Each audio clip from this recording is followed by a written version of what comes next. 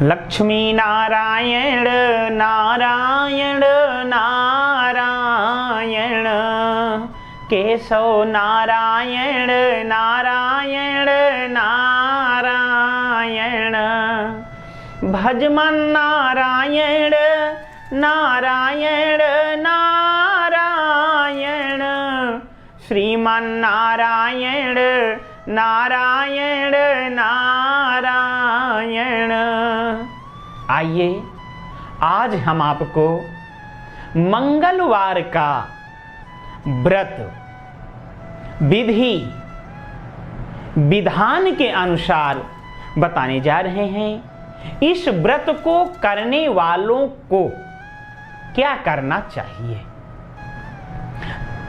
इस मंगलवार की विधि को सुनने से पहले हमारे चैनल को आप लाइक करें, सब्सक्राइब करें, शेयर करें। देखिए, मंगलवार का जो लोग व्रत करते हैं, कुछ लोग तो आजीवन मंगलवार का व्रत करते हैं, जिनको मंगल ग्रह अनुकूल फल नहीं दे रहे, शुभ फल नहीं दे रहे, उनको चाहिए मंगलवार का व्रत अवश्य करें।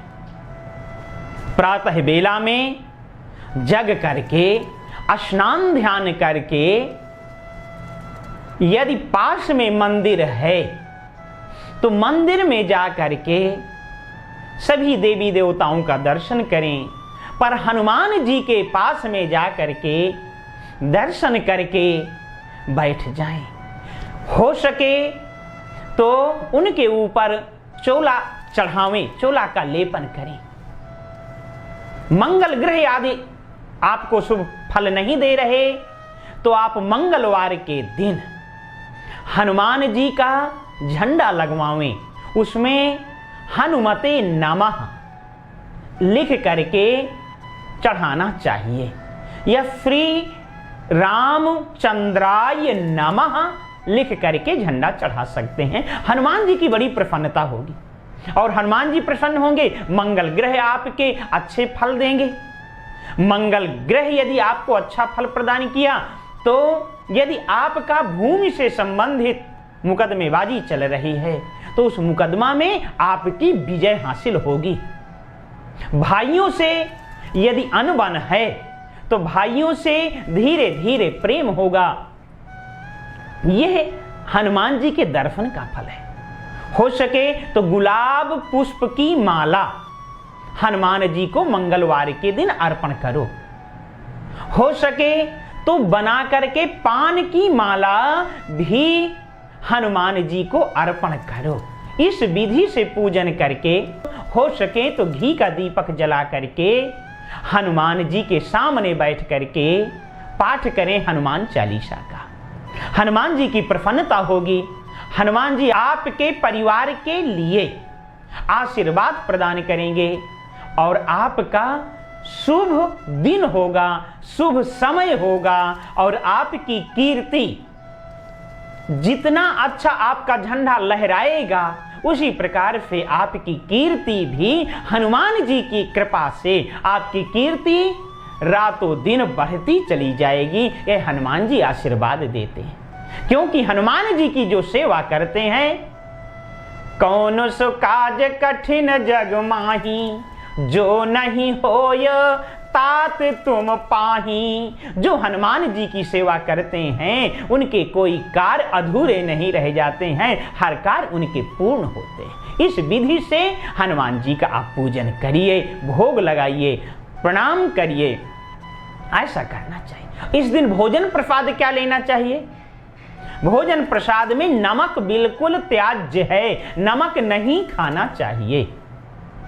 आप दही के साथ गुड़ ले करके, मीठे पुआ बनवा करके, मीठी पूड़ी बनवा करके, भोग लगा करके, एक बात का विशेष ध्यान रखेंगे, जब हनुमान जी का भोग लगवावें ना या लगाएं तो उसमें तुलसी दल अवश्य सम्मिलित होना चाहिए, क्योंकि हनुमान जी भगवान के अनन्य उपासक हैं और तुलसी दल भगवान के ऊपर चढ़ती है, उसी प्रकार से हनुमान जी के भोग में यदि तुलसी दल होता है तो हनुमान जी परम प्रसन्न हो जाते हैं।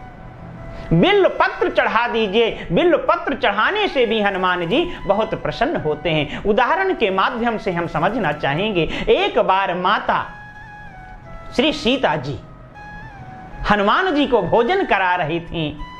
भोजन कराते कराते हनुमान जी को भी वात्सल्य प्रेम उमड़ा।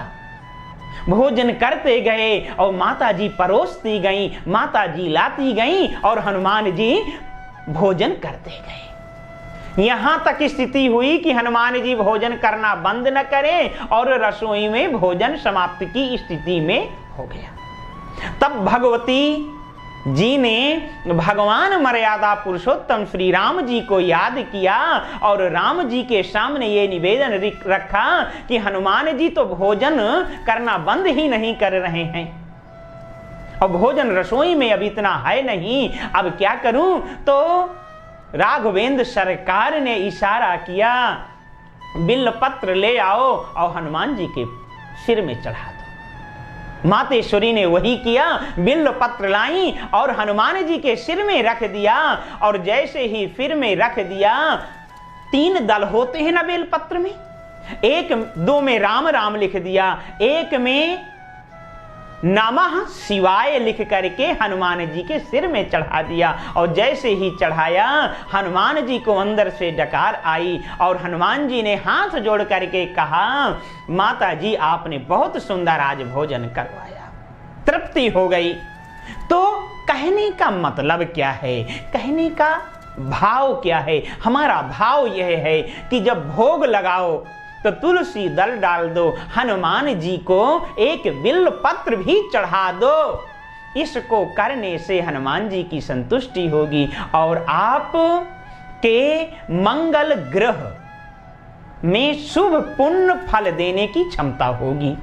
मीठा प्रसाद भोजन करो, प्रयास करिए एक ही बार भोजन करें, शुद्धता के साथ में भोजन करें और सायंकाल वेला में हनुमान जी की आरती संपन्न करें। जब पूजन करने जाएं उस समय भी आरती करें और सायंकाल वेला में भी हनुमान जी की आरती करें।